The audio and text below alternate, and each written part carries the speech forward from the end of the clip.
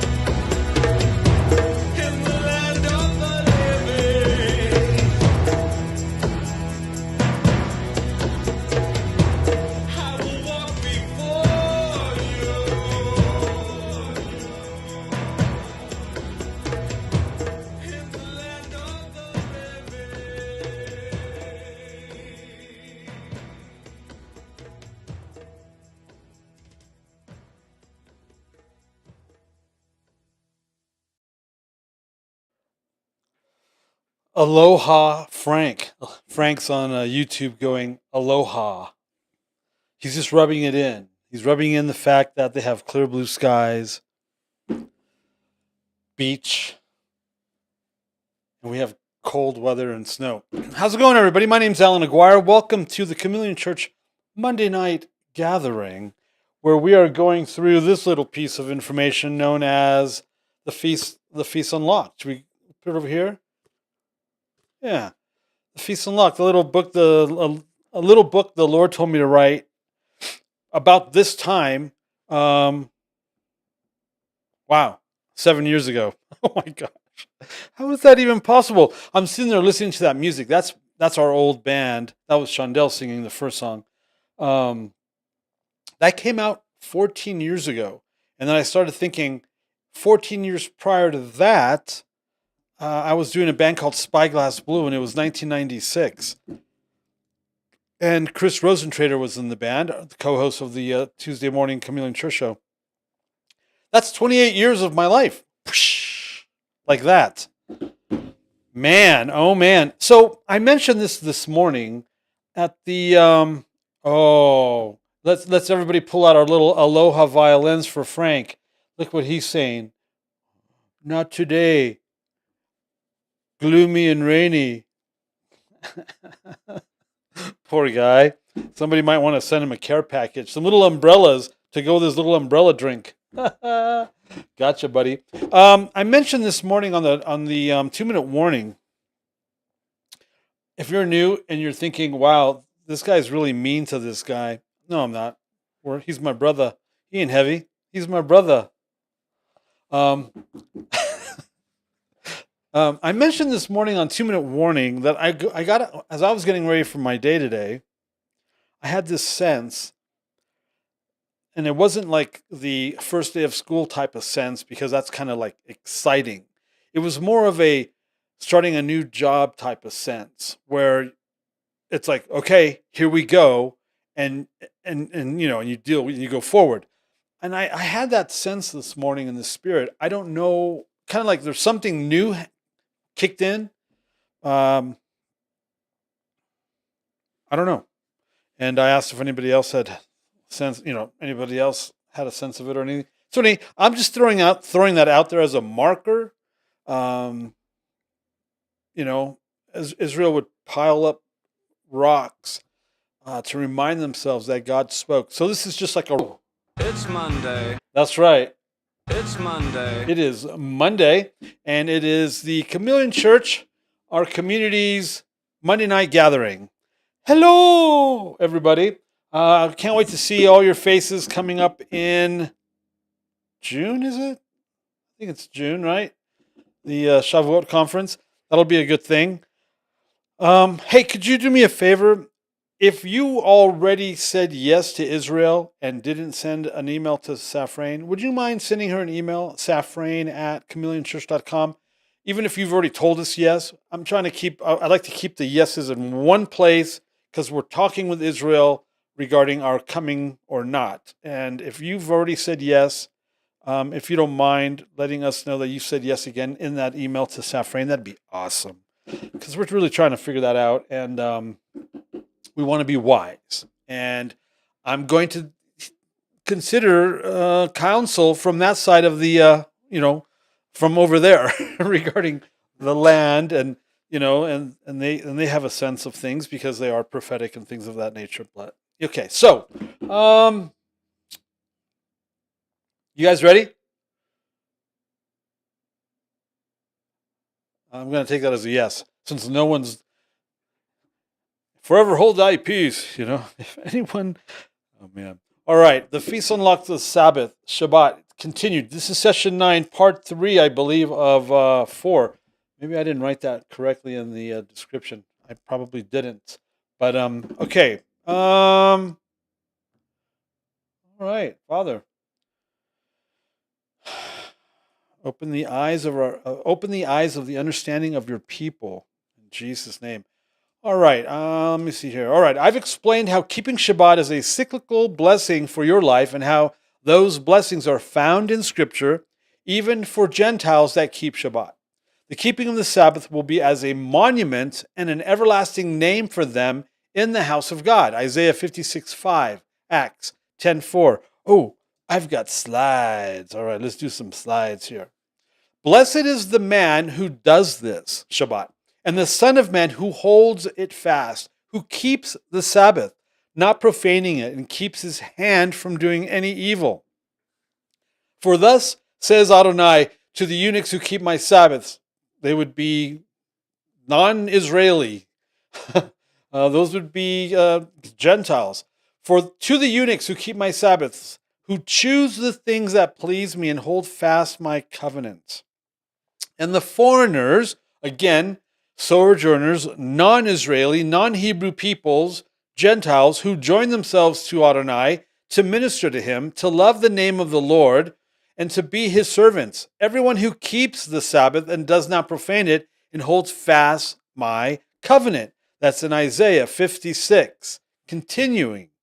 If you turn, I should probably go over here. If you turn back your foot from the Sabbath, keep the Sabbath, from doing your pleasure on my holy day, and call the Sabbath a delight, and the holy day of the Lord honorable, if you honor it, not going your own ways, or seeking your own pleasure, or talking idly, then you shall take delight in the Lord, and I will make you ride on the heights of the earth. Isaiah 58. So we've got two passages in Isaiah regarding the Sabbath and Gentiles. And this particular one, I'm leaving it up there so you can take a look at it. This particular one, the one in Isaiah 58, is one I ponder, and it's one that I meditate on quite a bit because I don't want to do my own pleasure on his holy day. I don't want to go my own way. I don't want to seek my own pleasure or talk idly on the Sabbath. And so I check myself. It's something we should all do on a regular basis. But when it comes to the Sabbath, that's the verse I use to check myself. I want to do this thing right, All right. It's a little difficult, right? It's Isaiah 56 and Isaiah 58 regarding the Sabbath and regarding Gentiles. I mean, it's all fine and good if we quote Isaiah regarding the coming Messiah, the prophecies regarding Messiah. But then is that when we just turn off Isaiah and we don't no longer read it or adhere to it? See what I'm saying? That's a common practice with Christianity. It's a common error with Christianity. It's going to bite Christianity's behind. It's going to bite them in the behind because you can't be all about Isaiah 52 and ignore Isaiah 56 and 58. That's incredibly derelict. And I'm probably going to keep using that word regarding Christendom because I think I'm getting fed up with it. So, I might be it might be wearing me thin a little bit. I tell people all the time that if every American Christian family, why? Because we're in America and we're Americans. If every American Christian family would do Shabbat, I am of the opinion that it would single-handedly change our country. And boy, do we need that change today. But they won't, not the kind of change Barry was offering, but like real change, spiritual change. But they won't do it. That's Jewish stuff, they say, or we're not under the law. They explain without actually knowing what it is they're talking about. For the record, the New Testament defines sin as the breaking of the law. So then I tell them, get rid of the Jewish stuff then. And it's not actually Jewish. It's godly. It's biblical. He says, these are my feasts. This is my Sabbath. It's not Jewish stuff, but you know, that's what they've been told, and that's how they're thinking. They're stuck there. I remember when we were all stuck there. Let's not forget. So I tell them, get rid of the Jewish stuff then. How does that look? Well, have dinner as a family around the table once a week, every week. Dad, bless the children. I mean, that shouldn't be a foreign concept to Christian men, blessing their children. But it is, because it's not modeled. It's not taught. They're not encouraged. That's not provoked in them in Christianity. Not in the churches I went to. And I went to some good churches. I went to a couple bad ones, but I went to some good ones. Dad and the children bless mom from Proverbs 31. Dad, bless Israel. Dad, lead the family in communion. Can you do that, I ask? Is that acceptable to you, Mr. Christian? And they always say yes. And upon following up, I almost always find out that they maybe did it once, but then haven't done it again. These are the same people, mind you, that are usually complaining about how their lives never seem to be working out financially, relationally, spiritually, health-wise. You think?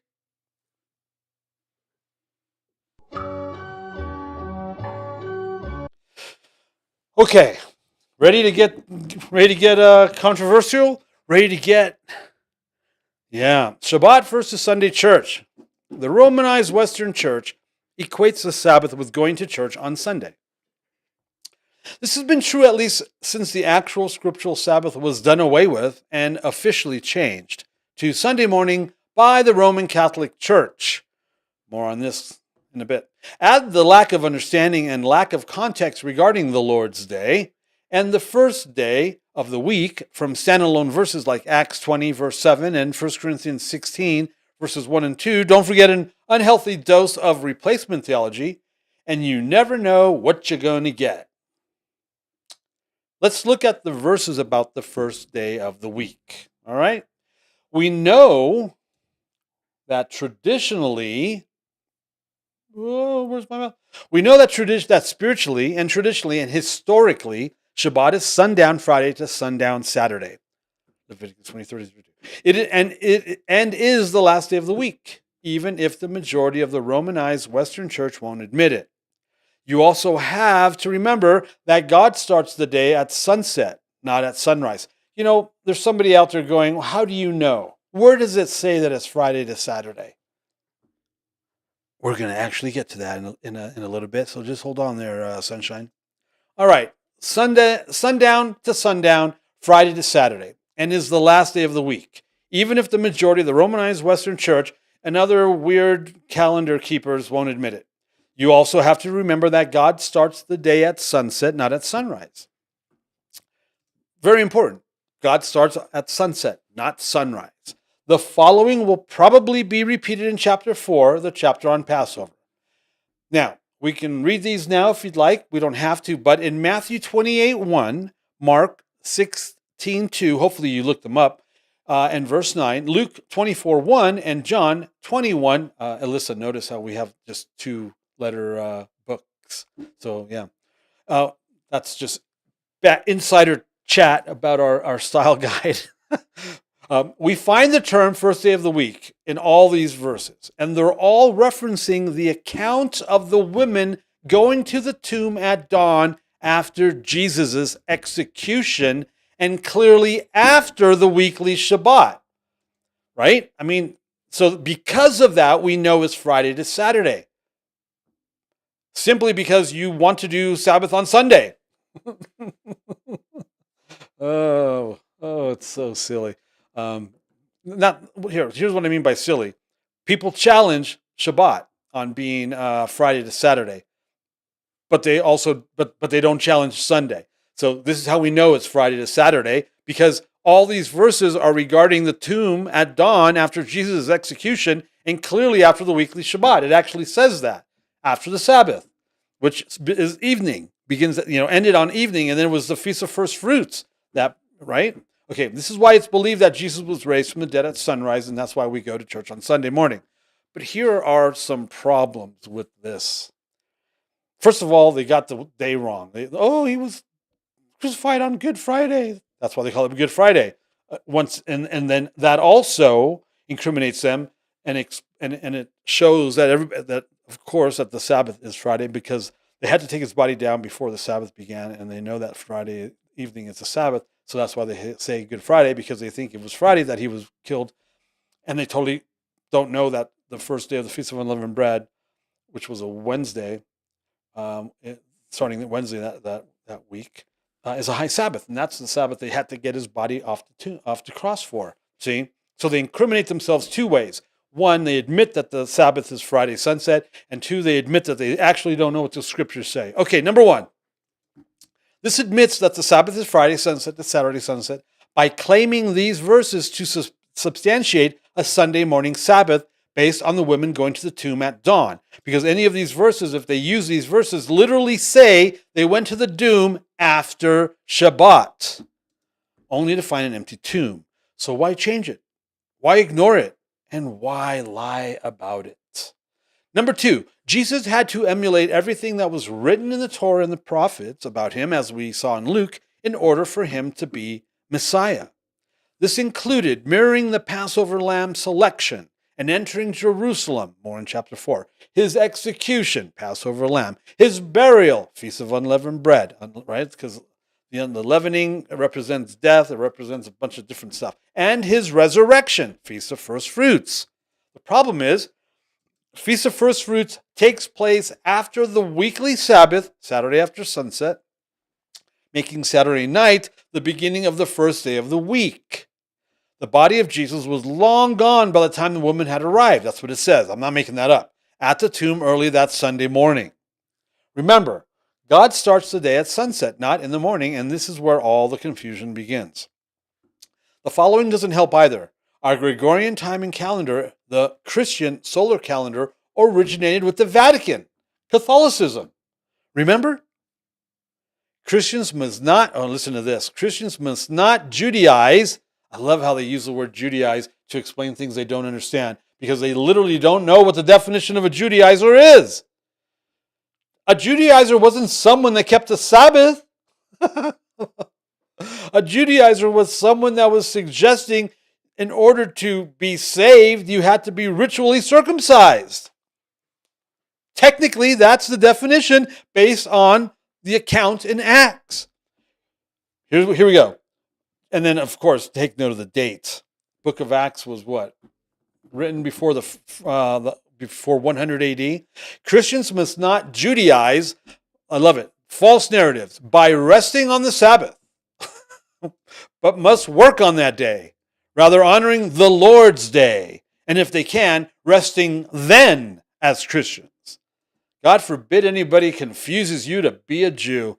But if any shall be found to be Judaizers, let them be anathema from Christ. Let them be hell-bound in a basket without any hope for eternity if you keep the Sabbath. This is from the Council of Laodicea. The canon is number 29, and it was established in 364 AD. 300 years easily after the fact. 300 plus years later. I mean, let's talk about a false narrative.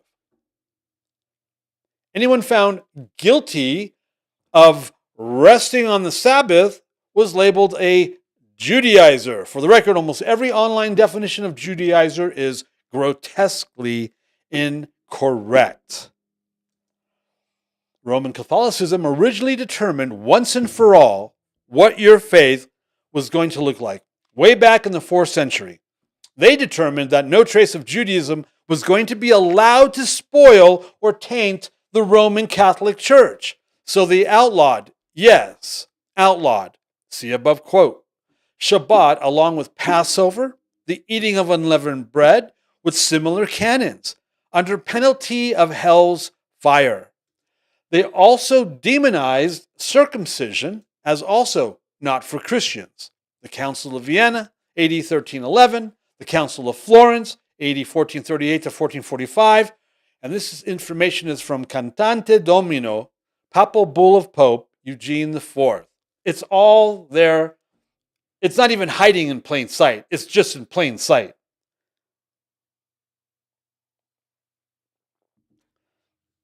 Does this stuff perturb me? Yes. Yes, it does. Back to the Sabbath. The following is from the Convert's Catechism of Catholic Doctrine. This came out in 1910. Question, which is the Sabbath day? This is like a catechism. You know, this is what they're teaching. If you want to be a Catholic, they're going to teach you this, which is the Sabbath day. Saturday is the Sabbath day. Why do we observe Sunday instead of Saturday? We observe Sunday instead of Saturday because the Catholic Church transferred the solemnity from Saturday to Sunday. Maybe I shouldn't do it in my Muppet voice. Question, why did the Catholic Church substitute Sunday for Saturday? The Church substituted Sunday for Saturday because Christ rose from the dead on a Sunday and the Holy Ghost descended upon the apostles on a Sunday. Question, by what authority did the Church substitute Sunday for Saturday? Answer, the Church substituted Sunday for Saturday by the plenitude of that divine power which Jesus Christ bestowed upon her. Her being the Roman Catholic Church. I'm not a Catholic. But then you also have this. We Catholics then have precisely the same authority for keeping Sunday holy instead of Saturday as we have for every other article of our creed, namely the authority of the Church. You who are Protestants have really no authority for whatever. They got that right. For there is no authority for it in the Bible, and you will not allow that there can be authority for it anywhere else. Where Protestantism has been propagating what they even know is false, a falsehood. This is when a Muppet goes, but Jesus said that Satan wouldn't be able to do whatever. What does he say? That Satan wouldn't take over the church, or Satan wouldn't have any whatever. Yeah, we don't need Satan. Man does a good job all on their own. This was the Clifton Tracts by the Brotherhood of St. Vincent of Paul, sanctioned by the Bishop of Clifton, Cardinal Wiseman, with the appropriation of the Most Reverend John Hughes, Archbishop of New York. It's all there. I didn't make any of this up. Look it up. Test the sources. Externally, as the Convert's Catechism of Catholic Doctrine tells us, the average person is taught that Jesus gave the church the authority to change God's Sabbath. Internally, as the Archbishop approved, Catholicism admits that their authority is without biblical merit.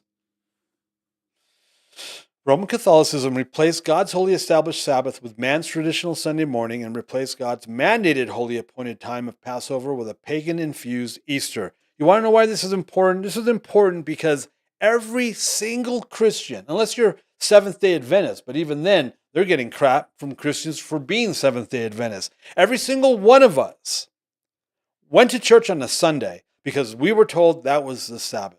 Why? Because they believed it was the Sabbath, because their predecessors 1800 years ago, or 1600 years ago, changed it. The Catholics changed it. Protestantism is Reformed Catholicism. They don't know any better. It's not like they're doing anything to study, to seek out their own salvation with fear and trembling.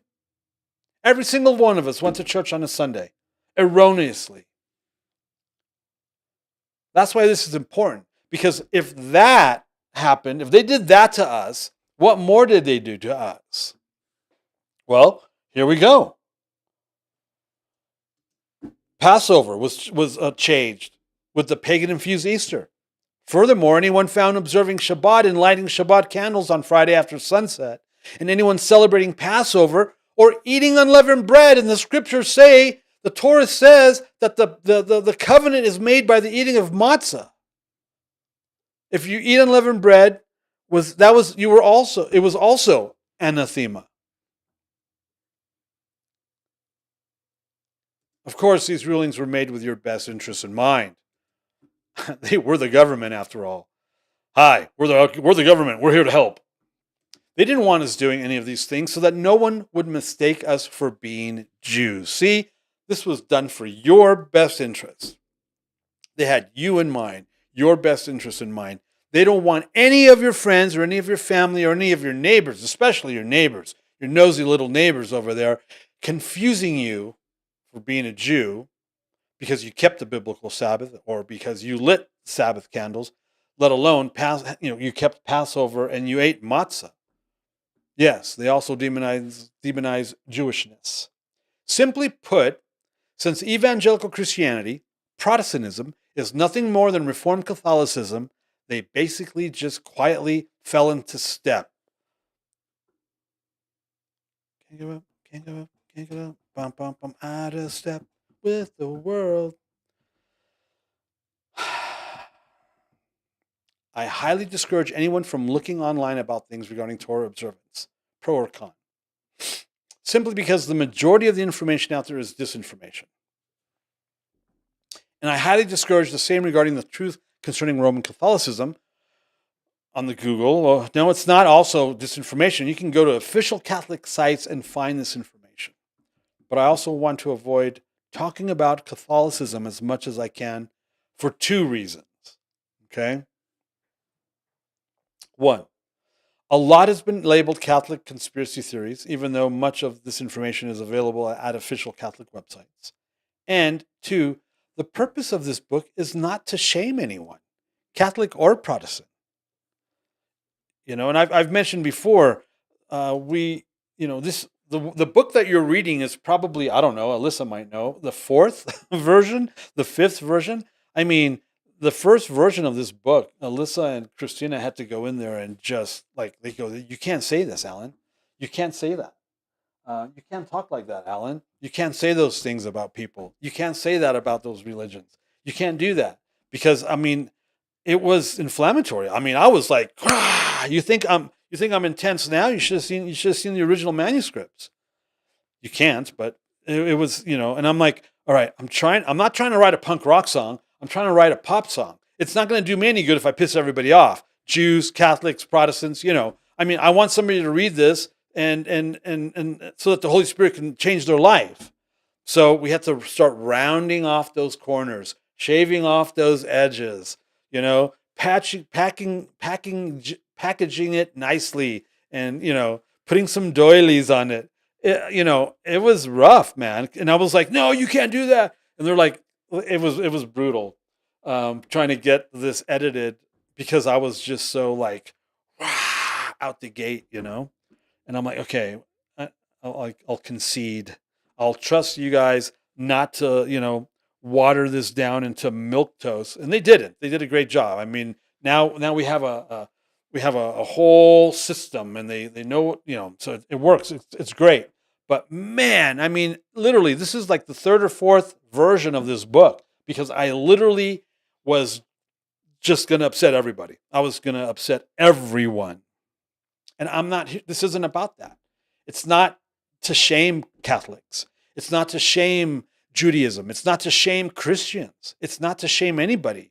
It's simply to bring the truth out. And to bring the truth out, unfortunately, it's impossible to discuss these things without referencing, for example, Roman Catholicism's part in the deception we were all taught. Or Protestants' willingness to go along with the facade. So to stay in context, we only go to church on Sunday because of Roman Catholicism, since evangelical Christianity, Protestantism, is simply Reformed Catholicism. This is why this information impacts us in our faith. I don't bring it up just to bash another denomination. That would be dishonorable and irresponsible. This is why Protestant Christianity, the Romanized Western Church, observes the Roman Catholic Sabbath of Sunday. This is and they flat out say, you guys don't have no leg to stand on. We do, because we're the ones that changed it.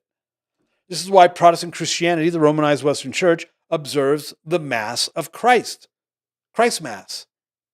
This is why Protestant Christianity, the Romanized Western Church, observes the Roman Catholic replacement of Passover, Easter. And this was really, this is the one that really trips me out the most. Because it didn't used to be a thing, but it's actually a thing now. Why? This is why some of Protestant Christianity, the Romanized Western Church, ignore the Roman Catholic replacement of the Omer count, Feast of Weeks, with observance of Lent. That's the weirdest thing. More people do Lent than they used to. Protestants. It's very bizarre. And some of them will actually do Ash Wednesday. It's just, it's the weirdest thing. This is why we were never taught that the 7 feasts, Shabbat, the new moon, and the counting of the Omer were God's feasts for God's people. Right? If you have a highlighter, highlight this. This is why we, as Christians, were never taught that the 7 feasts, Leviticus 23, Shabbat, the new moon, and the counting of the Omer were God's feasts for God's people. Instead, we were taught that they were Jewish holidays for Jews. And Jesus did away with Judaism. He did away with Jewish ways. And they have no part in God's true religion. It's the Jews that killed Jesus, remember? Technically, it was the same it was the Romans. It was the Italians that technically did it. But hey, who's keeping count?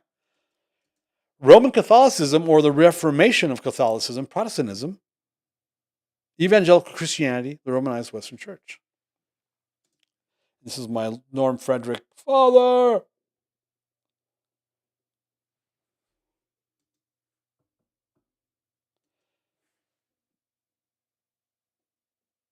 Jesus did away with Jewish ways, and Jewish ways have no part in God's true religion.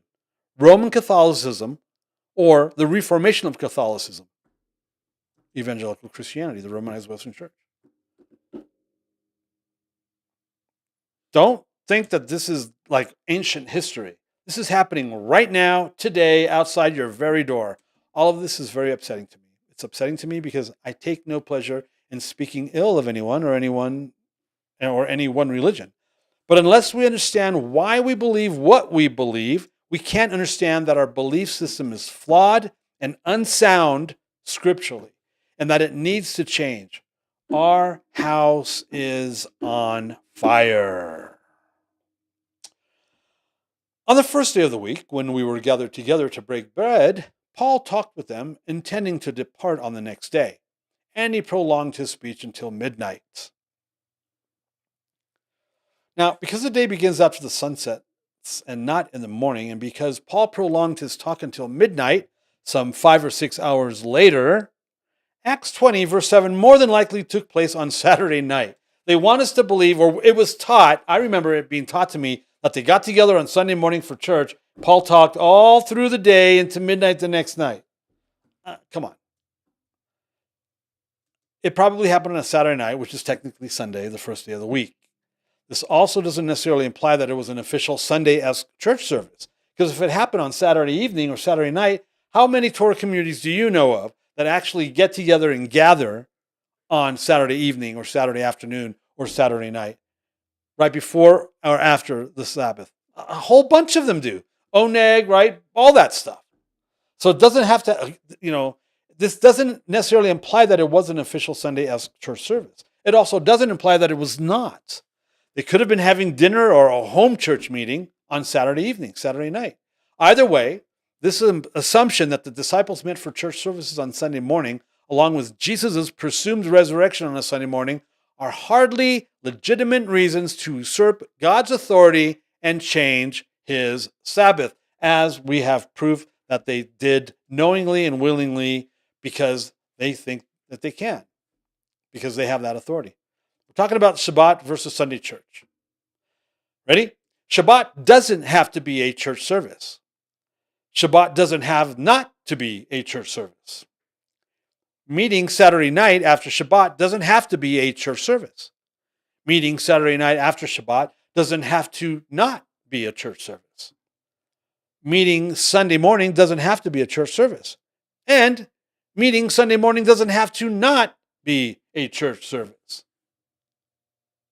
What does have to happen, though, is you most definitely have to obey the scriptural fourth commandment and remember the Sabbath and keep it holy. And that means Friday sunset to Saturday sunset. There's no wiggle room there. Not even an erroneous misquoting of Romans 14 and Colossians 2 to disprove the keeping of Shabbat can replace or negate this fact, no matter how hard your Christian brothers and sisters try to do so and have for so long. Speaking of gathering, we know that Acts 15 states that the Gentiles would receive Torah instruction in the synagogue, church, on Shabbat. We also know that a contextual reading and understanding of Acts tells us that Paul's ministry was teaching the Torah and the prophets on Shabbat in the synagogues to Jews and Gentiles. These are two strong arguments for Shabbat to be your church service, which are stronger than the erroneous, out-of-context assumption of the first day of the week argument. Me? You talking to me? I'm the only one standing here. Sorry. I could care less either way which day people meet for church. I'm excited just knowing that people are actually in fellowship in this day and age. I do want to be perfectly clear in regard to what I am and what I am not saying in regards to Sabbath versus Sunday church. 1. Yes.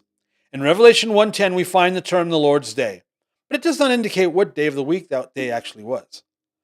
Creating doctrines or theologies from a solitary standalone verse is incredibly irresponsible, dangerous, and really bad exegesis. Number 2, yes, in Acts 20, verse 7, it says that they gathered to break bread on the first day of the week, Saturday night to Sunday night, sometime in between that 24-hour time period. But what it doesn't say or insinuate is that they gathered regularly on this day or what time they gathered.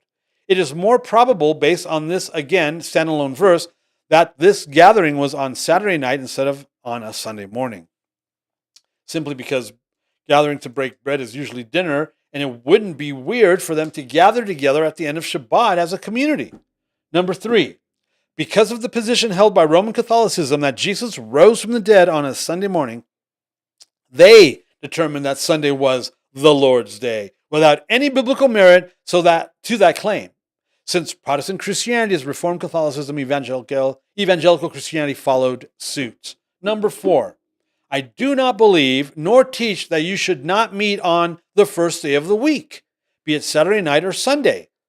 That's just as silly, if not sillier, than this other nonsense. Feel free to meet after the Sabbath on Saturday night or any time on Sunday. Or Monday, or Tuesday, or Wednesday, or Thursday, or Friday. What I do believe and teach is that you can't claim that the first day of the week, Saturday night to Sunday night, is the Sabbath. It's not. Sunday's Sabbath is based on the accounts of the women at the tomb, and all those accounts clearly state that they visited the tomb after the weekly Sabbath. Number 6, what I do believe and teach is that the first day of the week did not replace the scriptural Sabbath of Friday sunset to Saturday sunset, nor is it the Christian Sabbath.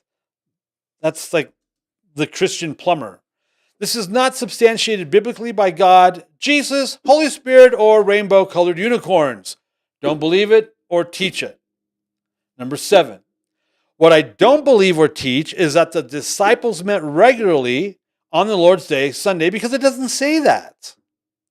I also don't believe or teach that the disciples stopped observing the scriptural Sabbath or replaced the scriptural Sabbath with the Lord's Day. That is suggested all the time. Well, the church fathers, I forgot some of their names. They were disciples of John, and they were taught to keep the Lord's Day on Sunday, and da-da-da-da-da. And it's like, whatever, dude.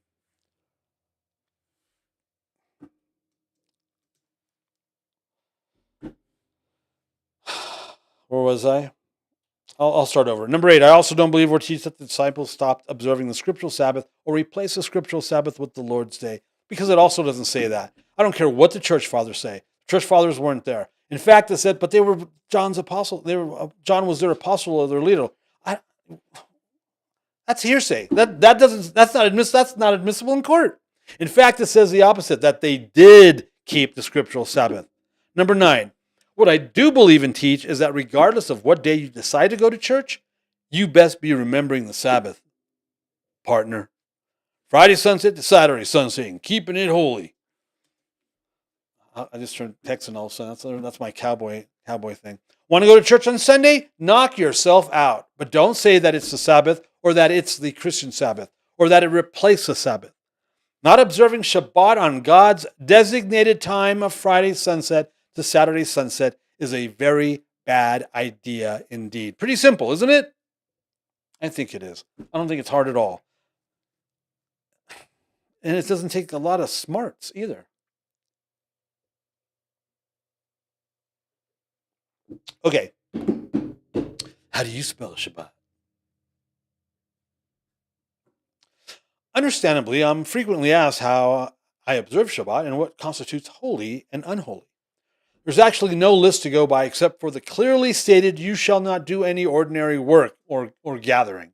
And it is widely held that ordinary constitutes the work you do for gainful employment. Traditional Judaism would tell you otherwise. But like I already clarified, I don't subscribe to traditional Judaism's version of Shabbat. I can tell you 2 things, though. 1, I don't wake up in the morning on Shabbat and say, how can I break the Sabbath today? And 2, it has nothing to do with legalism. I do believe that we must keep what we learned above regarding Jesus and observing Shabbat as holy when making these decisions for ourselves. Remember how we talked about that? And he questioned what they were calling holy and how they thought holy should be holy. And Jesus was like, yeah, no. Okay, we have to make these decisions for ourselves and our families and our communities. With that said, Leviticus 23:25 tells us to enjoy Shabbat by avoiding our regular or customary work and the gathering thing. This is going to look different for you than it looks for me. Professional photographer, you should probably avoid taking photos that could become gainful for you. On the other hand, if you're not a pro photog, you could spend the entire day taking pics without breaking Shabbat. A farmer shouldn't farm, but you, being a plumber, could spend the entire day in the garden because, well, you're not a farmer, you're a plumber. Many Sabbatarians, yeah, that's what they're actually called, are typically very legalistic about the Sabbath. One example is they believe that you shouldn't go out to restaurants because you're causing someone else to work on your behalf based on Exodus 20:10 and Deuteronomy 5:14, respectively.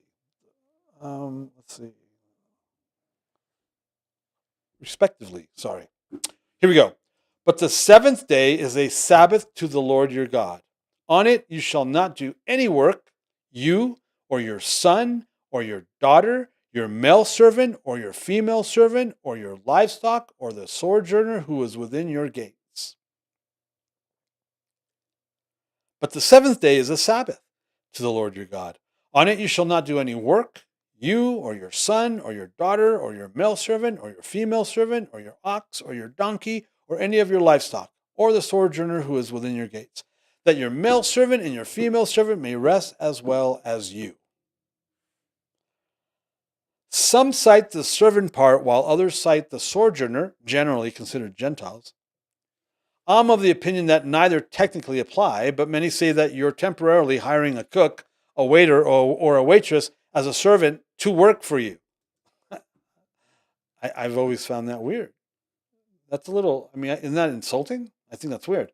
You're my servant, cook for me, bring me water, I need another napkin. They're not my servants. So we should refrain from eating in restaurants on Shabbat. Either way, I don't make it a habit to eat at a restaurant on Shabbat. And with that, I also don't judge those that do or don't. Any form of buying and or selling on Shabbat is also widely discouraged based on Nehemiah 10:31 and 13:15 through 17. Now, Nehemiah is long after Exodus and Deuteronomy, like close to 1,000 years, and you won't find that instruction specifically in the original Torah. But then again, there was nowhere for Israel to buy or sell in the desert except among themselves, and that distinction is never mentioned. I personally think some sort of system of bartering or trading occurred internally within their ranks, native or otherwise. I really do. It would be silly to think that they wouldn't. But again, there's no mention of that. The idea behind the text in Nehemiah was that it was forcing others as well as their animals to work on Shabbat, based on Exodus 20 and Deuteronomy 5. We can say that technically, buying or selling isn't cited in the Torah, Exodus or Deuteronomy. But the reasoning behind Nehemiah is logically sound. Again, I don't make it a habit to buy or sell on Shabbat. And I also don't judge those that do or don't. I want to be obedient to the commandment, but I also don't want to follow tradition as a commandment. What we are absolutely certain of is that we are instructed not to do any of our ordinary work or gather on Shabbat. We were at I've shared this before. I was speaking at a Torah conference, and we were at a Christian event center place, like a Christian, I don't know, it was on a lake. What is it? Like a retreat center, right? Like a Christian retreat center. And so as a vendor, as a speaker and a vendor, I wasn't allowed to sell my books on the Sabbath. Okay. Again, whatever. I have no problem with that. And so I was sitting there. So I think it was between breakfast and lunch in the cafeteria. And I'm with the guy that runs the event. And the staff at this Christian retreat center was, doing all the cooking, bringing the food out, because it was like a buffet type of thing, like a cafeteria buffet type of thing. And I go, so I can't sell a book because it would be breaking the Sabbath, but you can get these people to work for you on the Sabbath? Yeah, he didn't like that. It was very uncomfortable for him. And I'm like, I'm just messing with you because right? It's the same difference. It's literally the same thing. So which one is it? See, it had nothing to do with me. It's his conference, but he needed to see that there was a double standard there, because that is what that is. Now, citing Exodus 16, cooking food on Shabbat, and somebody made a comment at the very beginning of tonight's gathering about thinking it was Shabbat and they almost turned the stove on. It's okay if you would have turned your stove on. It would have been okay. Citing Exodus 16, cooking food on Shabbat is also something many Sabbatarians frown upon. And the Lord said, whoa, look at this. Got a wall here. And the Lord said to Moses, I have heard the grumbling of the people of Israel. Say to them, at twilight you shall eat meat, and in the morning you shall be filled with bread. Then you shall know that I am ADONAI, your Elohim. In the evening, quail came up and covered the camp, and in the morning dew lay around the camp. And when the dew had gone up, there was on the face of the wilderness a fine flake-like thing, fine as frost on the ground. When the people of Israel saw it, they said to one another, what is it? For they did not know what it was. And Moses said to them, it is the bread that the Lord has given you to eat. This is what ADONAI has commanded. Did you like my Moses voice? Gather of it, each one of you, as much as he can eat. You shall each take an omer, according to the number of the persons that each of you has in his tent. And the people of Israel did so. They gathered some more, some less. But when they measured it with an omer, whoever gathered much had nothing left over, and whoever gathered little had no lack. Each of them gathered as much as he could eat. And Moses said to them, let no one leave any of it over till the morning. But they did not listen to Moses. Some left part of it till the morning, and it bred worms and stank.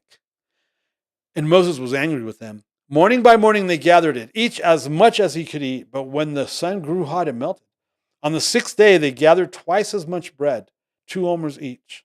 And when all the leaders of the congregation came and told Moses, he said to them, this is what ADONAI has commanded. Tomorrow is a day of solemn rest, a holy Sabbath to ADONAI. Bake what you will bake and boil what you will boil, and all that is left over lay aside to be kept till the morning. So they laid it aside till the morning, as Moses commanded them, and it did not stink, and there were no worms in it. Moses said, eat it today, for today is a Sabbath to the Lord. Today you will not find it in the field. 6 days you shall gather it, But on the seventh day, which is a Sabbath, there will be none. On the seventh day, some of the people went out to gather, but they found none. And the Lord said to Moses, how long will you refuse to keep my commandments and my laws? See, the Lord has given you the Sabbath. Therefore, on the sixth day, he gives you bread for 2 days. Remain each of you in his place. Let no one go out of his place on the seventh day. So the people rested on the seventh day. We're going to end today there, and then we'll pick it up from there next week. The point being, they were told to gather enough for 1 day, and they disobeyed.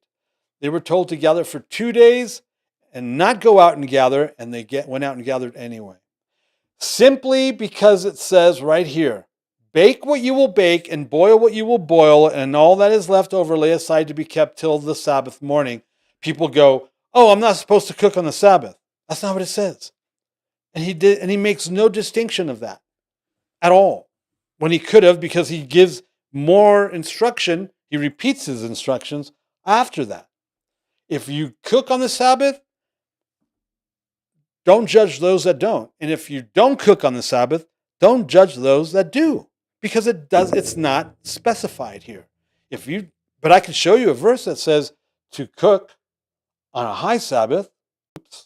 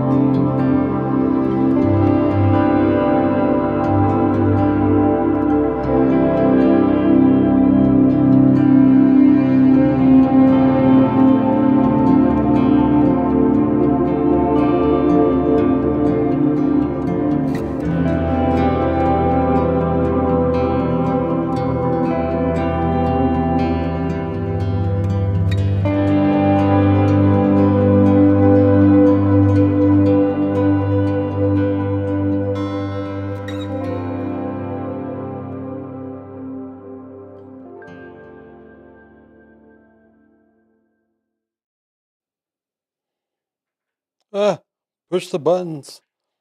Push the buttons. Here we go.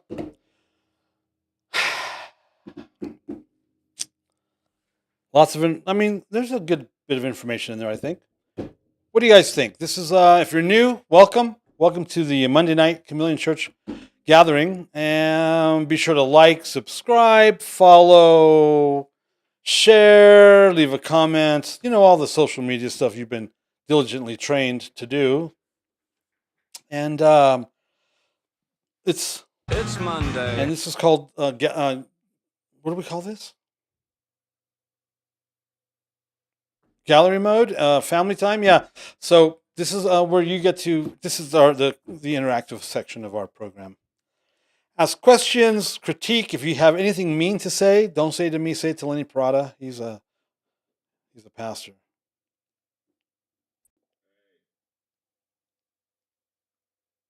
If you're new, no, there's nothing wrong with your audio. That's Doug. What's up, Doug? It's like a modern day version of Fight Club. It's like, if you do these things, why don't you just do them? Because what is it going to hurt you if you actually honor and guard the Sabbath? It's not going to hurt you. Oh, but my ego.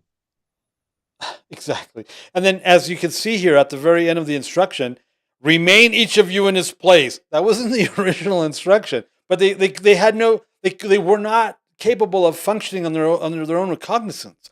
But they didn't know how. You got 400 years of slavery embedded in them. They're used to being told what to do, when to do, how to do it. You know what I'm saying? And so they don't know how to act. They don't know how to take responsibility for themselves.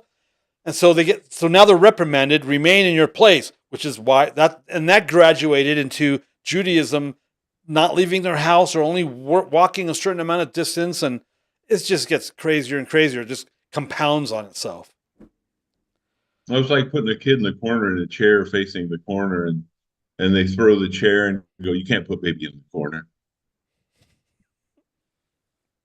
It's crazy, man. Hey, this has been going on forever. This is the way we are. It's like the garden. Did God really say it's the woman you gave me, right? And then now there's this whole right. No one wants to say it was me, Lord. It was I. I did it. You know, I disobeyed. Sounds like a great theme for a game show, the blame game. I think they kind of did that, didn't they, with what was that? I'm sure there's a lot of people who are younger and don't remember. Was it the Newlyweds or something like that? Yeah, the Newlywed Game.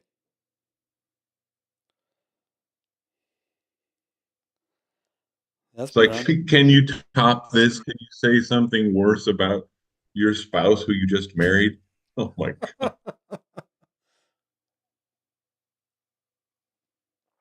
That's funny. Yeah, it's always been an issue of obedience.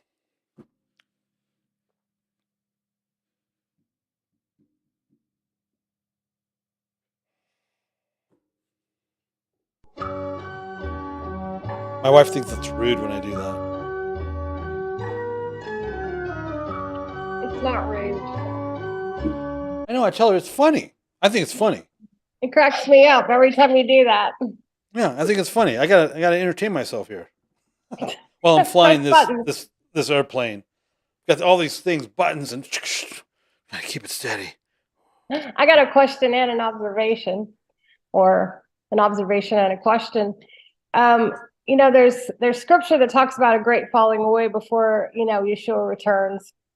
And sometimes I look back and I think that's like the greatest falling away, and it's still occurring. And what's going to happen when people show up like on the wrong day to do things during the millennium? Are they just gonna? They're just going to be there, a whole bunch of them doing their own thing, or is Yeshua going to admonish them? It just seems very odd that we continue this trend of not serving the Lord and obeying the Lord on the days that He's commanded. I think there's going to be a lot of people very upset about the lack of grace they're finding in their Jesus. Stop that, Frank. Was there something I said? One Great Dane with a squeaky toy. I think they're going to be really upset because they're not going to understand. They're so used to this grace thing, and it's like, well, this guy's not being. Where's the grace? And she's like going to be looking at him like, "What are you talking about? You're alive, aren't you?" The grace that we've been taught is cheap. Yeah. And I've never liked that. And when you talk to people about obeying, they get into, you're just doing legalism and all the rest of it. But you know what? As a country, we might have done it on the wrong day. But as a country, we shut down on Sundays except for emergencies and pharmacies and whatever. The Baptist Blue Law. Yeah, and then all of a sudden it's like it's a free-for-all. Well, when people were sitting down at dinner together, be it the wrong day or not, they were still sitting down together for dinner, and everybody got a chance to communicate to their children, whether they were blessing their children or not. That never happened in our house. But you were there and you got to see your great-grandparents, your grandparents, whomever, and you got to develop some sort of respect for an older generation, and you got to learn some things. My grandfather was a farmer and he rode a tractor, so great-grandfather, I should say. And so, I'd go out and he'd take me for a ride on the tractor. We'd go pick apples or, whatever. These kids are so into their video games and don't even know their siblings, a lot of them, to know what they are doing, or their parents for that matter. And how are they going to be blessed? And, how do we keep them from, this whole, I'm going to be transgendered, narwhal, whatever they think they can be, if we don't have control as families, with God as the head, coming down through the father, the mother, and to the children. I see it has just gone really awry, because we don't do those things anymore. Yeah, I agree. But I guess the question is that falling away? I mean, I feel that's a big part of it. Now, I don't know if there's going to be another kind of falling away, but that certainly has lasted, thousands of years and continues. And we, as us here and smaller communities, are figuring it out that those things are not scriptural and they're not correct. But I don't know. I mean, maybe there's more of us than I think, but it doesn't seem like there's that many of us that are that, and maybe that's the Holy Spirit picking who who he does to figure this stuff out. Anyway, just a thought. Yeah. I think a lot of it has to do with, how do you say it? I mean, we don't know how heavy the hand is going to be. But here's what we do know. We do know this. Those that eat the abominable things are not allowed up to Mount Zion to worship him. It says that flat out in Isaiah. They're going to have a hard time with that. I think people are going to have a hard time with that. And then it says they're defiled by like bodies of the wicked that were killed, and they're like there as a memorial. These are aspects we don't necessarily have a reference for regarding our God, and how severe sin and disobedience and perversion is to him, because we don't necessarily understand the severity ourselves in our own lives. Otherwise we'd stop doing it. So little things like that we read in Isaiah. Well, I don't know. They probably just full blown ignore them, but there's going to be a reckoning. I mean, he's coming to judge the living and the dead, and our acts and our words. And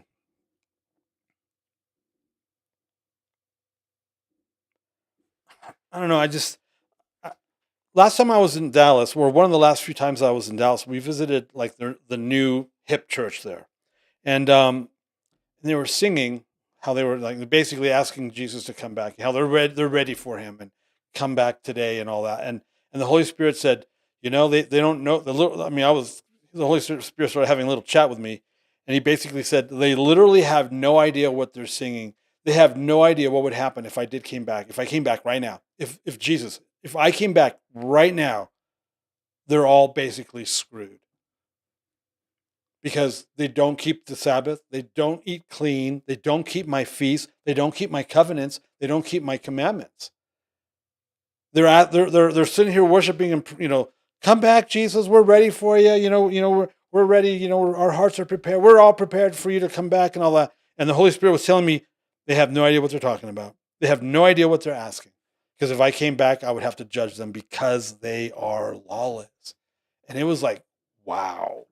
This is serious stuff, because it's true. They're lawless. Yeah. They're just your typical evangelical Christian church. And I'm not anti-evangelical Christian church, but I know what it says, and I know how they live. I know what the evangelical church is like, and they don't do these things he says are lawless. He calls lawless. That's scary.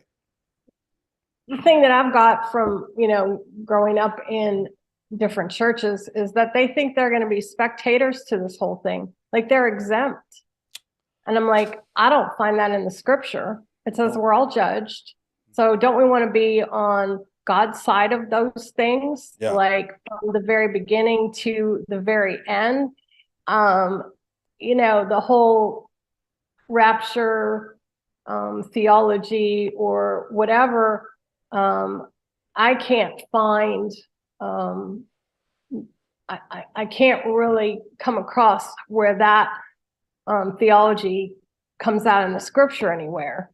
So for me, it was just like, I read all these scriptures that you taught me, and I memorized a lot of them that you taught me, but I don't see in this theology in any of that.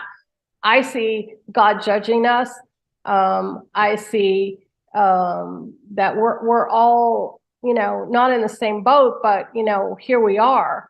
We're not spectators sitting in the mezzanine looking down at the earth and going, "Oh, that there's judgment there," and "Oh, thank God we're up here." I just don't. I don't see that happening, and I don't know where they got that.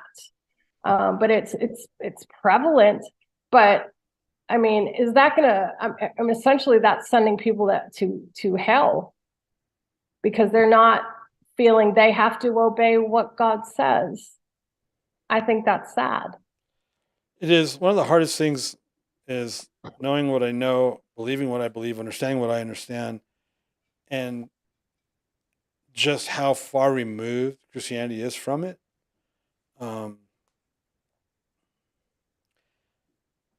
They really are like. Remember in Narnia, the bear was standing there. The bear was sucking his paw, and they used him as one of the linesmen during the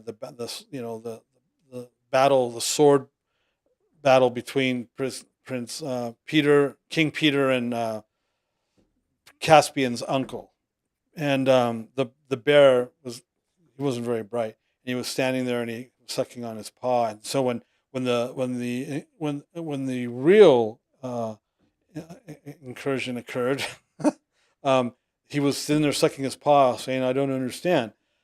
That to me, I see a lot of Christianity is like that. They just don't understand, and so because they don't understand, they're simpletons about it. If the masses that believe that God would never force them, God loves us so much that He would spare us from any sort of trial or any sort of tribulation or any sort of tragedy. I remember when our kids were 8, 9, 10, 11 years old or whatever, they were playing at the next door neighbor's house on a jungle gym in the backyard, and they were making believe it was the Titanic whenever that came out. So they were yelling and screaming, "Oh, we got to see!" Like the floor's like the floor is lava type of thing, right? They're on the bars and they're holding on. And they can't touch the ground because that's the water. It's the Titanic. And they were yelling and they were loud about it. And the mother of the other child next door, the next door neighbor lady, came out, said, "What is all the ruckus?" And they said, "Oh, we're playing the Titanic." And she chastised them. She reprimanded them because, well, we're all Christians. They're Christians. My kids are Christians, and they're Christians. And God wouldn't have us experience any sort of tragedy. Wow. And so the whole Titanic thing was God's judgment in a way. Yeah. So she literally, people. yeah, she reprimanded them for playing something tragic like drowning on a boat, and how God would never let you drown on a boat. And my kids were like, "That's kind of weird, lady." And they were young, but we raised our kids like normal people. We didn't raise them like these things. Yeah. And they knew, like, this woman doesn't believe that God would let Christians experience tragedy. And they were like, okay. They knew this was whacked out. And they came back and they told us. We were like, oh man. But think about it. Put yourself in that place. Imagine being a Christian, going to a church, or imagine being a Christian and you've been taught that God loves you so much that you will never experience tragedy or any sort of, negative thing. How do you process then grief? How do you process sadness or a husband leaving or a child dying, God forbid? How do you then process life? Because you know what? Jesus said life's a cock-a-doodle show and you will experience the cock-a-doodle, but don't be afraid. I've conquered the cock-a-doodle, but you're still going to have to go through it. And they don't believe that God, because He loves them so much, would ever allow them to experience any cock-a-doodle. But then it does happen. It will happen. Guaranteed. In some way, shape, or form. I mean, right? Or not? I mean, it doesn't have to, but I'd rather be prepared or know that there's a possibility I might get a curveball and not the perfect pitch every time, so that when I do get the curveball, I don't crumble and fall apart. And now what? Well, I guarantee you, you've seen it. We've all seen it. We all know someone that was convinced that their life was going to be tragedy free in every way, shape, or form because of God, because of whatever their faith profile said or their denomination, right? And then something bad happened to them, and now they're no longer in the family because they were like, God let me down. God, there can't be a God because God wouldn't do this to me, and it happened to me. Now what? That's a total disservice. That's not helping anybody. But there's a bunch of people out there like that. There's a bunch of people that literally believe that. There's a bunch of people out there that can't believe what's happening to our country because we've been told, our people my age and older were told that the communists do that. The U.S. doesn't do that. Well, guess what, people? They can't hide anymore because they're actually doing that in the open now. And it's quite riveting, not riveting, but it's quite a shocker to the system for people that have been convinced that the communists do that. We don't do that. We're the United States of America, for God's sake. We don't lie to our people. We don't have we have a free press. We have open, free elections. No one would ever steal an election here in the United States of America. We're not a banana republic. What do you think? What's going on here? Well, guess what? Some of us have been saying, hey, wake up, because what you think is reality isn't reality. And here we are 40 years later, and it's the curtain's been pulled back, and there's people out there that'll literally say, no, this isn't really happening. You're mistaken. I was at a pagan wedding where I'm talking a full-blown pagan wedding, 1,000% pagan wedding. And I said to the lady next to me, you do realize that that this is a pagan ceremony that we are at. And this woman denied that they were at a pagan wedding and that this was a pagan wedding and that a pagan wedding was actually happening before our very eyes. They were in so denial, they refused to believe it. Man is really good at that. They've been doing it for a very long time. They do it really good here in this country because they've been preconditioned to do so. But worse, the church, Christians, when they get saved, it's like they're given this disposition. Christians have this disposition that, because they've been told, does your life suck? Come to Jesus. Jesus will make it all better. And it'll be better and good and blah, blah, blah. They're sold a lie, right? And they buy into it. We were all sold the same lie. We all got saved the same way. And then it doesn't work out. Well, why isn't it working? My life's not working out. And we talk about that, the ripple effect, and we teach on that, right? Because they're not told the truth. Hey, you know what?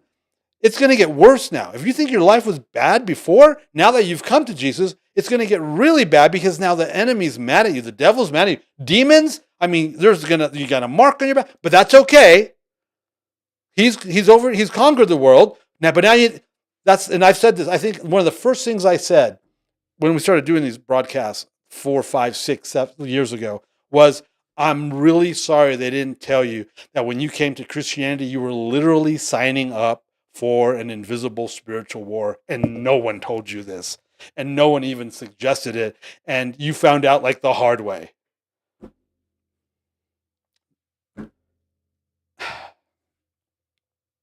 So, to believe that there's an actual whole set of rules or a whole stream or a whole path we're supposed to be walking on and we're not walking on it, that is a shock to the system. What do you mean I have to keep the Sabbath? What are you talking about? What do you mean I have to? It sounds like works. God doesn't want me to have to do something. It's not important what I eat. It's not important when I worship or how or when or where. For some reason, Jesus took care of all that. It's like he created negative space for everyone. We don't have to do anything. We just kind of, we're free to just float around in our little bubble and we're all protected from everything out there. It's like the weirdest thing, but that's exactly what we were all told. Every single one of us was told that. So it's a shock to the system for someone with earrings to say, hey, let me tell you about what's really going on. Let me tell you the gospel. They're like, you can't be a man of God. You've got earrings. Ooh, or whatever the nonsense is. You know what I'm saying? A lot of them just won't hear it. They can't. They're literally ostriches. Their heads so deep in the sand. They cannot.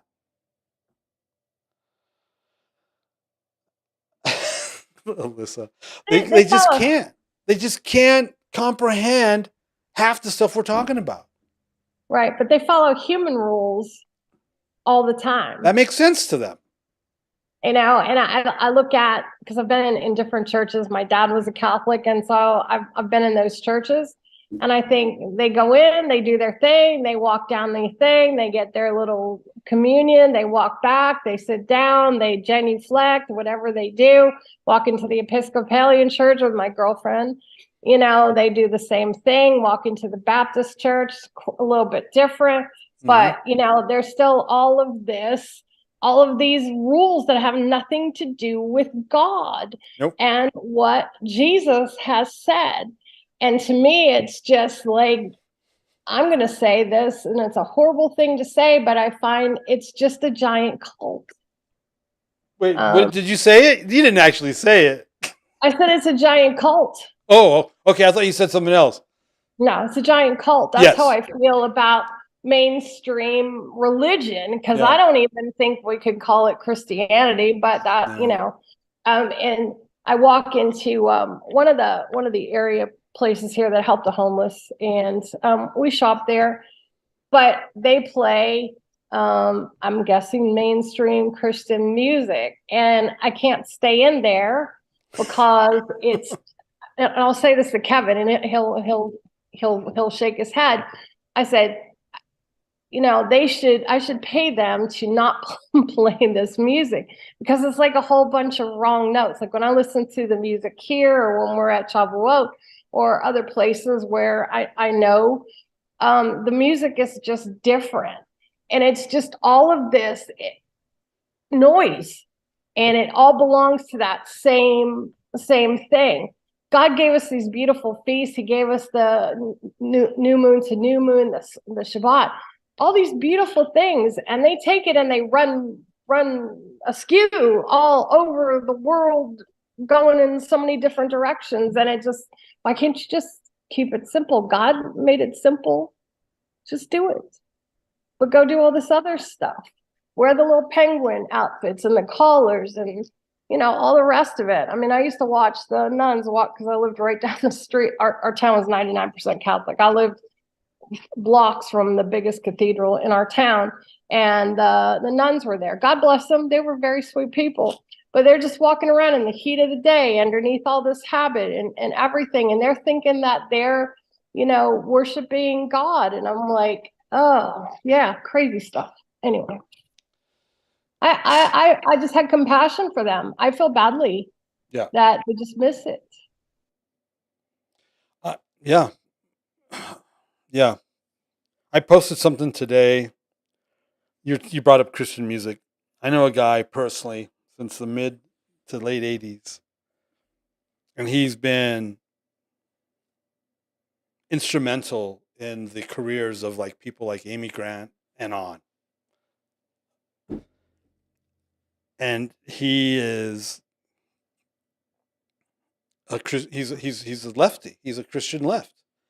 And he posts stuff that is just absolutely abominable. Just, oh my God. It is so demonic. And the fact that no one, I don't know. It's like this guy's, he's like deeply involved in that industry. And he's so demonic. It's insane. See, I know way too much, and I know way too much of these peoples and their stories and all that. But I know what you mean. You walk into a place and you kind of feel slimed when you hear some of this music. And there's a reason behind it, because there's a spirit behind it, and it's not the Holy Spirit. I mean, that's why the GMA, we had to, we were praying for God to shut down the Gospel Music Association. It's just, it's so godless. And that's as far as I'll go with all that. But it's crazy. And I hate having to bring up the fact that Christianity is a cult and then all the reasons why, like you said, but it's the truth. Remember what it says in the Matrix? There are people that will literally die to protect the Matrix.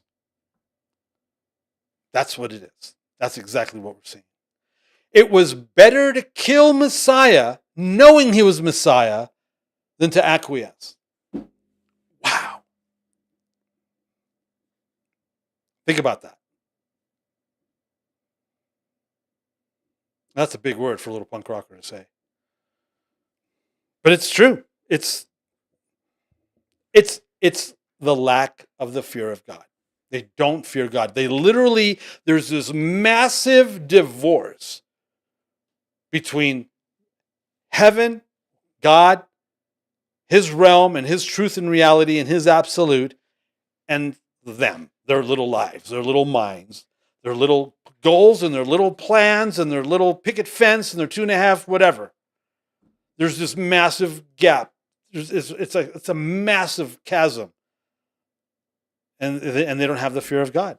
So they don't compute. They don't understand what it is that they're saying, what it is that they're doing, and how much of a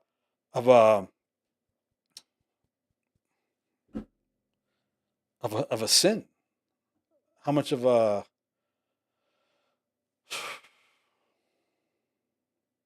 infraction. They don't know. They don't know. So because they don't know, so there's two types. Well, there's multiple types, obviously, but the two main types are they don't know any better, or they do it willingly and knowingly. And the ones that don't, I want to hope and believe, because I'm still that guy. As much as people don't believe I have any shred of pastoralness inside me, the pastor side of me really wants to believe that they don't know any better. These poor sods, poor dunce, and so you have to extend, faith and mercy and grace and a helping hand and and a pat in the back and come on, you can do it, buddy. But then there's those that are doing it on purpose, and I have no problem exposing them at all.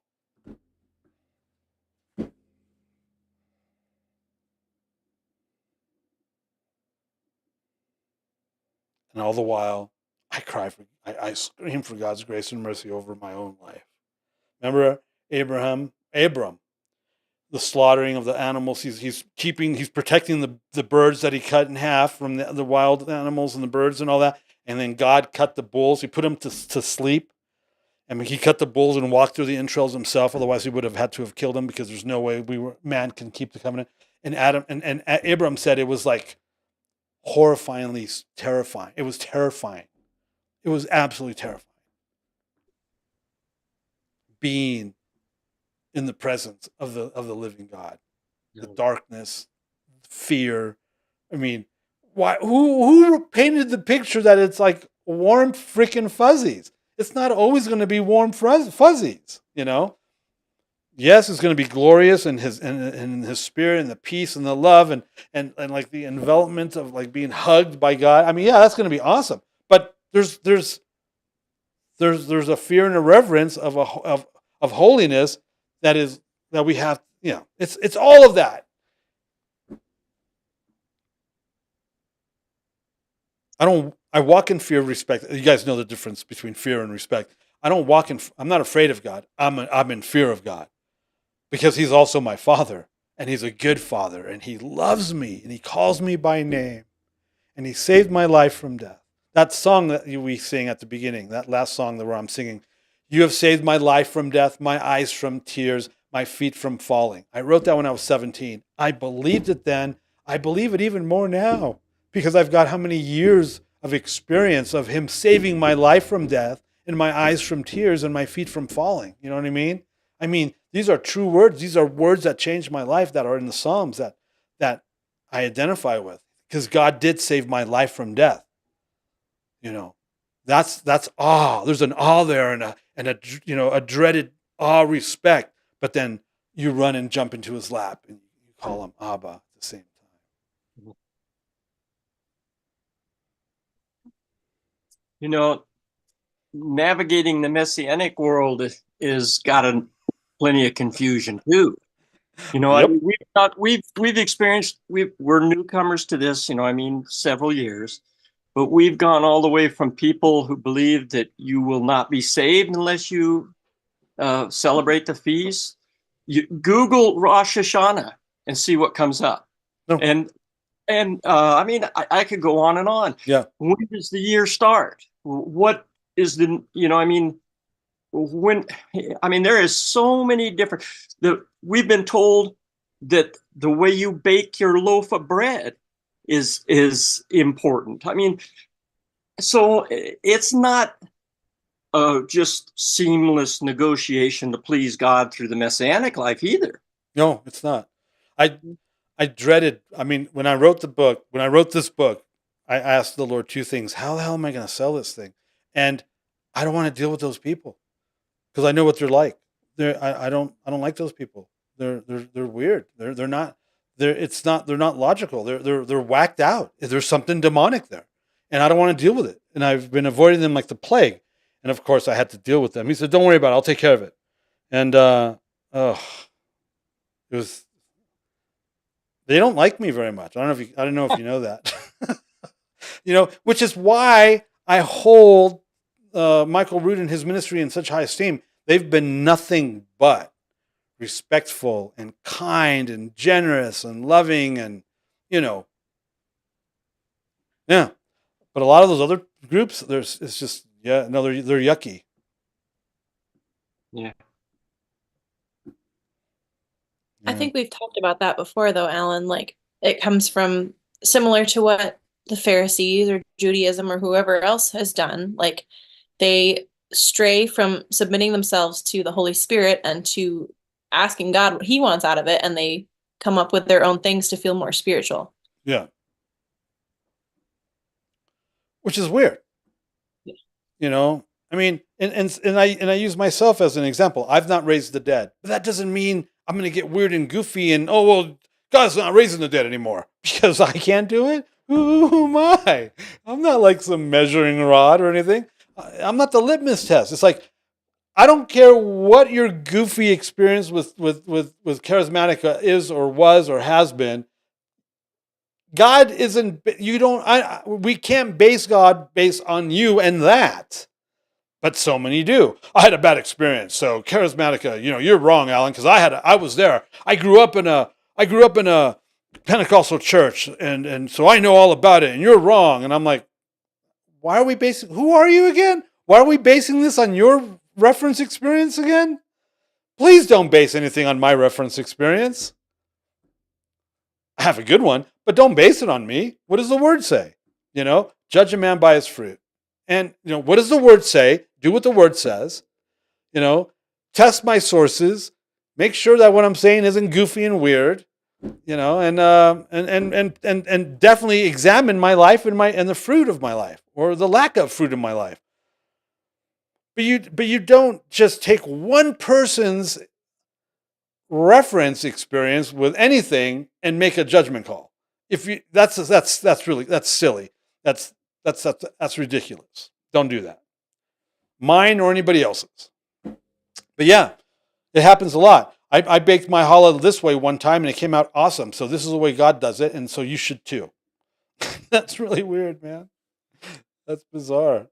I know I've heard goofy stuff like that. I really have, and it's just bizarre. And I laugh. I laugh at them in their face because I think it's ridiculous. It's so not reality. You know, it's like you have to wonder about those people and their life and their reference experience. You know, did you get beat up at school all the time? I mean, what's going on here? It's just so weird. Oh man, it's just weird to me. It's like they make stuff up. It's just, oh, it's weird. It's weird. You can make your challah any way you want, people. Just don't make it on Passover. Unleavened bread, please. I know you're thinking of that meme, that person, that post that person made years ago, aren't you, Alyssa? It's the third day of unleavened bread. The hull is in the oven, and we're all, bah! That happens for real. Right. No, I was actually looking for a quote from a friend of mine and I found it, but it's totally true, especially nowadays. This friend of mine said, Satan doesn't have to deceive you. He can just leave you alone with the internet and you'll probably find a way to deceive yourself. Oh my gosh. Oh my gosh. Yeah. That should be a t-shirt. We should have that tattooed on our foreheads, man. It's true. The internet, in my opinion, I got involved with the internet in 97, like actively working in it in 97. So I've been around it for a long time. I know a lot about it. It is the greatest thing, in my opinion, that's ever happened. But it's also the worst thing because it gave every idiot with a keyboard and internet connection a voice, vetted or not.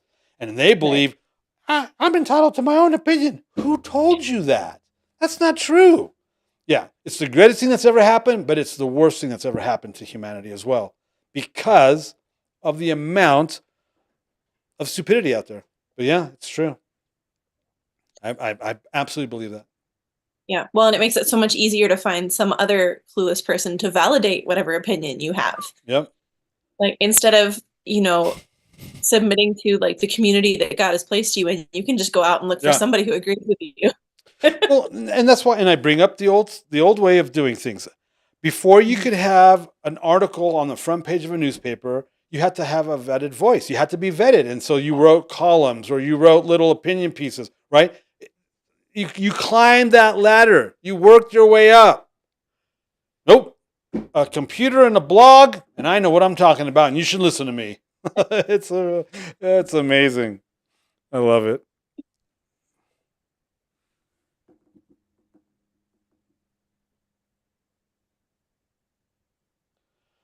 We don't know anything about Israel yet. We're still trying to figure that out, Kendall. Don't forgo Shavuot. Because if we're going to Israel, you need to do both.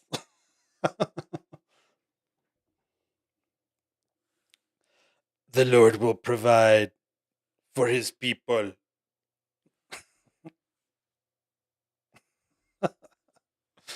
Oh man. We're talking Israel. We're trying to get wisdom on Israel from prophetic people in Israel. That's what we're working on that. I want to go. I'm not afraid, but we have to be wise, so.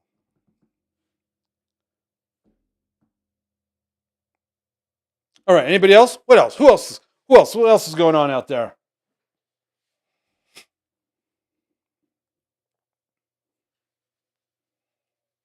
Hello, everybody.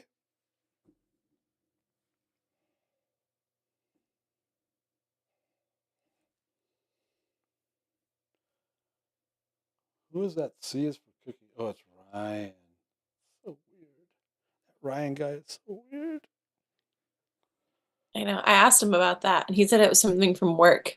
But then Jane brought up the word cult, and so I was like, C is for cult. C is for cult? Not the other word. Does Ryan know that? Does Ryan know it's C is I for cult? I messaged him. I was like, yes, that's what it means on our Zoom. Oh my gosh. C is for C is for cookies. Or for cookies, but not the other word. I prefer cookies. Yeah, not the other word. Hey Ryan, what do you have to say for? What do you have to tell the people? What do you have? What does the Lord give you to? What did the Lord give you, Ryan? Nothing. Nothing tonight. Press in, brother. Press in. I need to. Yeah, you just told everybody that you needed to. I've been cleaning my house. Oh man. Oh man. That'll preach, Ryan. Something about cleaning your house. Ryan's got the Jerry Seinfeld soft water hairdo tonight. Anybody know what I'm talking about? Oh man. Oh my gosh. Me too. I've never seen that Seinfeld show though, so I don't know. They told me. I heard about it. Jane, love your hat. Yep. Hey, what's going on in Southern California out there, Davis family? What's going on out there? What's happening?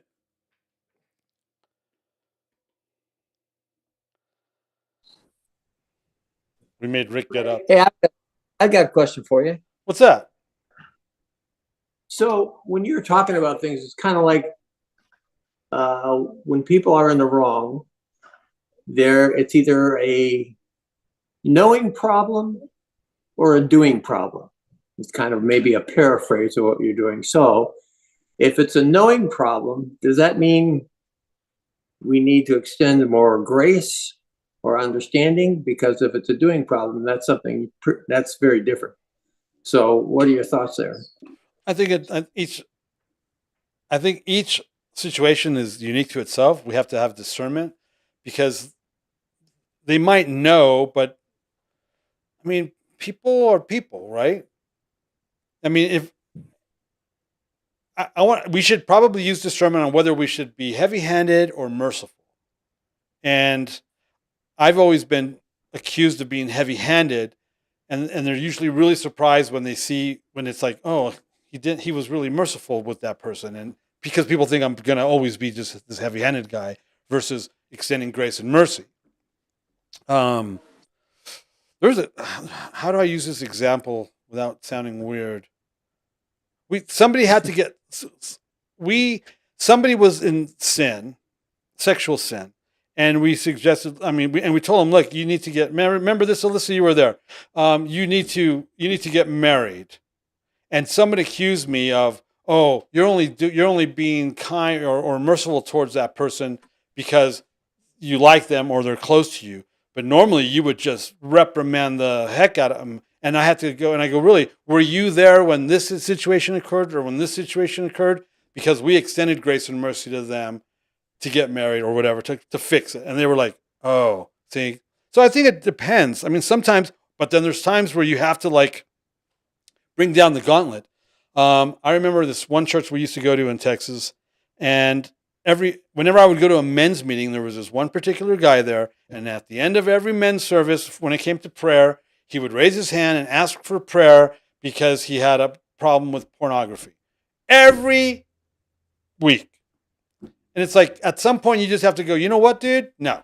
You don't if you're not gonna stop porn, then you need to not come back. Because it was like every week for years. This was like weekly for years. I would not go for 2 or 3 years and then show up, same guy, asking for prayer for his porn problem. It's like, no, man, this is a joke. At some point, you need to cut that person off. It's like Paul said about the guy that was having sex with his stepmother. Not only should he know better, but as the leadership, you guys should know better, and you need to cut this guy off. Turn him over to Satan. Well, he would have been willing to stop, but his subscription wasn't up yet.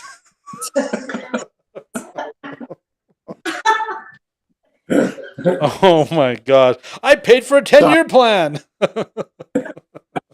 Can't let that go to waste. I got to be a good steward. Oh my gosh. That's right. Oh my gosh. Gotta be a good. But see what I'm saying? Yeah, discernment comes in because it's like, because not everybody is really interested in repenting. Some of them, they're actually doing. Did you know witches are going to get prayer for healing and deliverance, knowing that what the Bible says about they come in double doses. If you leave and you don't actually change, they'll come back with all their friends, and they're doing it on purpose. And Christians are totally not aware of this because they're not very smart, but the enemy is, and they're literally going to get a double dose of the demonic at the hands of Christians. It's like, so you have to have discernment, I think. Are we supposed to extend grace, or are we supposed to bring the hammer down? It's tricky. Yeah. That's probably not the answer you wanted. You wanted a definitive yes or no, huh? I think that's right. But I think that's always the challenge in trying to discern what kind of problem is it. Is it a problem of knowing, or is it a problem of doing? And then once if you can identify that, then it certainly kind of leads you to what the solution might be. Yeah. Sometimes it's easy because you can tell the guy's just a shyster. Sometimes it's not, Is that a bad word? Is that not a PC word? No. Oh. Where's my bleep button? No, really, is that a bad word? I think so. Oh, okay. I don't know. See, you in my world, that's not a bad word, but in other people's No. world, it might be. There are a lot of people who probably don't even know what that is. Yeah. Well, if you're a con man, yeah. That's why it says don't lay hands on no man suddenly. I'm very cautious. I'm very cautious on who I lay hands on, and I'm very cautious on who I let touch me, because they'll jump, they transfer into spirits, and a lot of people are just reckless about it. They don't necessarily know, but I think it's important. Who's that guy? I've never seen him before. Did you know there's a guy in your house? Eric. Oh, hi. What's going on over there?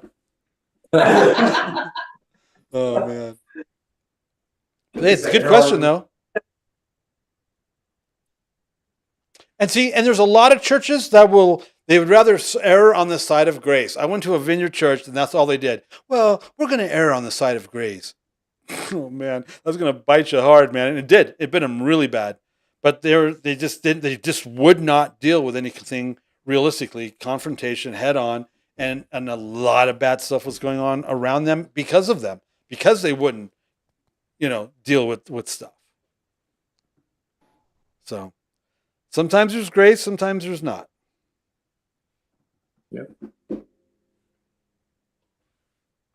Thanks for the question. You good? Yeah, thanks. Awesome. You're welcome. Thank you.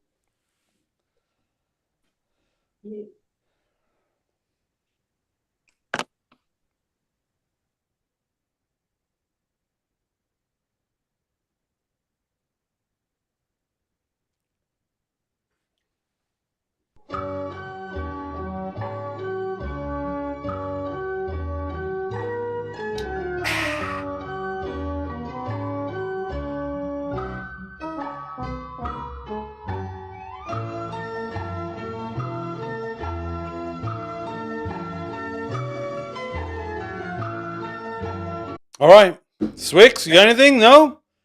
Yeah. Going actually, once. I do. Going twice. Yep. Oh. Yep.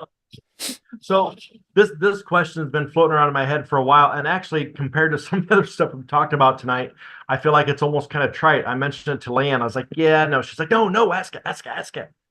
My wife is usually, don't say anything. Don't say anything. So, I don't know what we should call ourselves. We can't really Mr. say and we're- Mrs. Swick? Well, we shouldn't call ourselves Messianic because we don't have a Jewish heritage. Yeah, that's And smart. in the past, I would have considered myself an evangelical Christian, but now granted to the general public, but that doesn't describe it. And if I say, well, we're Christians, but we're Torah observant, people usually go, what's that mean? They have no idea what that I'm means. sorry. Is it curable? Are you taking medicine for that? Exactly. We're believers of the way. What's that? We're believers of the way. Oh yeah, that's pretty good. It's And biblical. I still won't know what that means. Yeah, but we'll that- still Right, go- but see, that's the thing. It opens up. right. I guess that's how we. Yeah. It's That's a true. biblical term. Yeah. It's a True, biblical true. term, and we're believers of the way. We believe in Jesus of Nazareth as the Messiah, promised, through the Jewish people for all mankind. I tell Christians I'm a Christian for the most part because they don't understand. They don't, it all depends who you're talking to. So, Yeah. I actually had another question. I was, I don't even know if it's worth asking because it was just talking about, it's about the Sabbath and the only some things- question, there's no stupid questions except the questions not asked. Well, oh yes. Oh, yes, there are. Even she said that. No, because I would assume generically that, again, not doing it all the time, but occasionally some sort of volunteer work, volunteering to do stuff on the Sabbath. I mean, if you're doing good. It says to do good on the Sabbath, that it's good to do good on the Sabbath. Okay. Now, is it okay if that volunteer work is something that's really, really kind of fun and you enjoy doing it? Yeah, it's fine. I Feel mean, guilty doing. I think one of the best things we could do on the Sabbath to honor the Lord is feed the poor. I mean, that's a big deal. Taking care of orphans and widows and the poor. I mean, that's true religion, James said. True. Yeah. Well, just especially if you can't do it on any other day. If you know an organization and they only do it on Saturday, Right. I mean, personally, I don't see a problem with that. I mean, I think that's a good thing. Yeah. Well, yeah, okay. What I'm thinking about is different than that. I mean, it's still good. What are you talking And about? Like surfing? No, no. I volunteer with a couple of first responder organizations. I think that's okay? important. And I think they do good stuff. But then I'm like, well, if I'm doing that because they're volunteering to support things at the Buckeyes football game, is that okay? You lost me at Buckeyes. Everything was sounding really good, and then you brought that into it. I'm not the guy to ask. Ian Hellerman would be the guy to ask. I don't know anything about that. If it's not soccer, don't ask him. Yeah, if it's not soccer, I can't help you. Okay. Yeah. Are the Buckeyes? Is it football? It's college. College? That's Yes, even worse, right? Ohio Yeah. State. That's even worse, right? Oh, Badgers. Sorry, Denny. Right? Football's worse. Wisconsin's okay. It's not the team up north. I mean, because that is sinful. Isn't college football's like the devil, right? No, Okay. just in the state north of Ohio. It's evil up there. Melissa knows what I mean. Yeah, I don't know. I don't know how to answer that now. You stumped me. That was a stump one. I know. It's not always that. I mean, we do other things too, and I'm just. If you said it was like for a hospital for kids with cancer, that's an easy answer. That's my real job. I can't do that on the Sabbath. But it's like a priest, isn't it? I mean, I think life-saving stuff is pretty important. Yeah, and it's something I've adjusted to, and like, I try to do it on other days, like Sundays and such, but it sometimes it's harder because the opportunity is just not as available. Right. And it's a skill set I have that I enjoy using, Yeah. So I'm kind of working on maybe like one Sabbath day a month, looking at doing it, something like that, But it's tricky, It's tricky because like the majority of the Torah community, they don't believe in prophets and stuff, and so then I ask them and then they'll rail on what we think about prophecy and prophets, and I always ask them, okay, well, who do you deem as a prophet? That's not fourth day, Alan. And they never have an answer. So there's people out there that would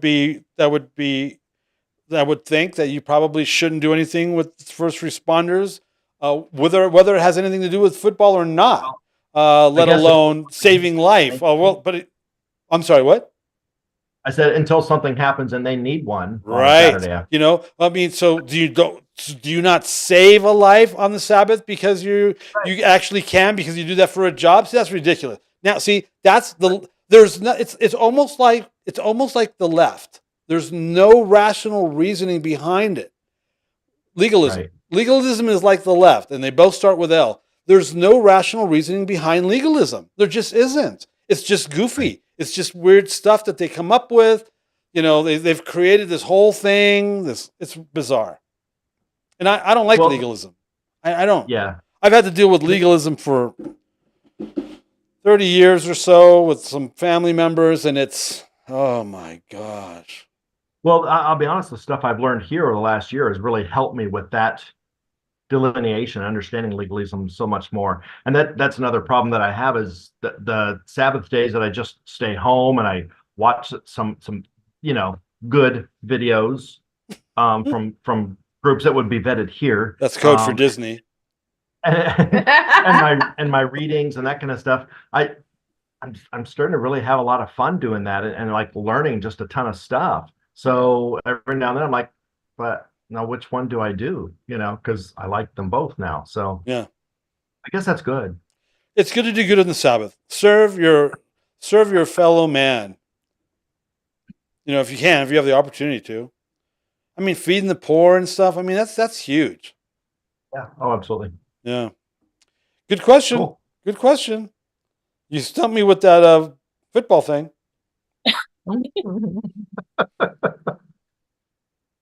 At least it's not Notre Dame. See, I don't know. I have no reference experience for what you're talking about. You know what I heard? Wah, wah, wah, wah, wah, one day. Wah, wah, wah. Uh-oh, here comes Jerry Seinfeld here. Uh-huh. Would you volunteer at the World Cup on Shabbat? I'd be backstage Oh, already, that would- bro. I Here, wouldn't have to sure, why volunteer. not? I'd be backstage. Oh my gosh. I'd be praying for the teams. For your team to win. Just kidding. Yeah. Anything else?